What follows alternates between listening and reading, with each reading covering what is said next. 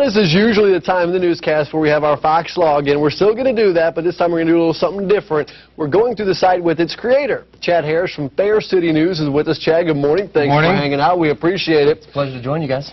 Fair City News. Now, the last word in that phrase is not. This isn't really real news, though. This is a satire, right? This is a local news satire page, and what we do is we take local events and then put our Fair City spin on them so that it creates a humorous story. Chad, how'd you come up with this idea? Well, I've been a fan of satire news, you know, comedy news, The Daily Show, The Onion, things like that of this nature, and just decided to put a local spin on it. And so, you know, this is something that is native to Springfield. We have Cashew Chicken, we have the Diverging Diamond, and now we've got Fair City News. So Brad Pitt. Brad Pitt. Oh, I forgot to mention. Yeah. Yeah. Brad Pitt and Rob Evans. Oh, hey. The other, you meant the Springfield Cardinals announcer, Rob Evans. The other Rob Evans. We're going to check it out, though. FairCityNews.com on our laptop here on set. And what has been the reception like from people that we? Because obviously you're talking about local people. Right. It's been overwhelming. It's been tremendous. We're approaching 20,000 page views, and we've just been around for 6 months. So. Wow. Traffic is increasing, and people are starting to hear about it and pass it along. We hit anywhere from 100 people to we've had 800 people hit a day. Yeah. So it's pretty exciting. Well, today you're going to crash. Your server will crash. There's so many people going from there that it's going to crash. I hope it doesn't crash, but I'm going to widen it out a little bit so you can see a little bit better, because I just stepped on the computer and I think I broke it. But yeah, we're going to go through it anyway. A picture of downtown Springfield, believe it or not. Some people have asked, hey, did you Photoshop that together? No, I went up to the top of a car lot and took that in a parking garage. So very cool. Our fair town. I dig that.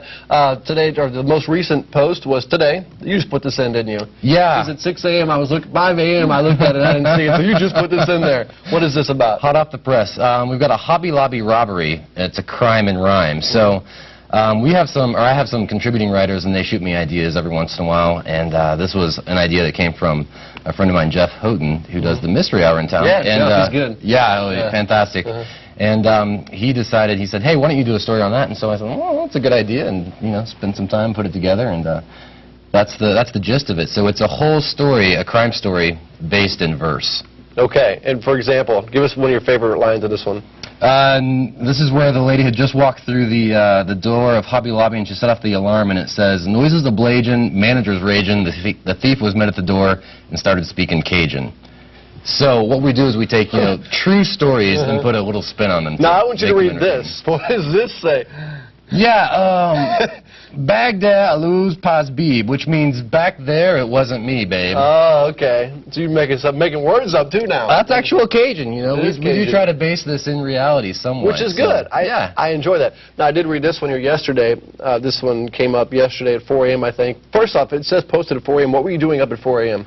Well, blogs have this little trick where you can put the time in whenever you post them. So, you know, you've been working overnight. You're trying to. That's right. So this one is a Wonders of Wildlife. Spookwarium and costume shop opens. Joking, obviously, because the thing is what? Never going to open. Apparently. That's right. Well, we figured, you know, might as well use the building for something. There's always that traveling costume shop that comes to town and takes over a vacant building. Might as well use this. I mean, they've got some cool animals in there that would be, you know, used for like a spook house or whatever. And they've gone through so many name changes anyway, we figured, you know, a spookwarium would make sense. Why not? Now, this is obviously a hotly contested topic. You know, a lot of people are bugged about this whole thing. So do you worry about people getting kind of upset about joking around about things like this, or lawsuits or anything like that? No, I had one time when I published a story about Bass Pro Shops when they lost their NASCAR driver, and I suggested that they bring back Uncle Buck and his calendar girls to work the pit crew, and I heard that John Morris actually got a hold of the article, and I was worried. I was like, oh my gosh, this guy's gonna, you know, freak out on me. But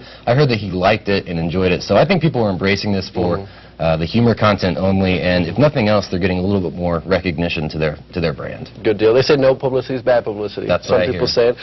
What is off limits, though? Is there anything off limits for you? You know, we try to keep this friendly.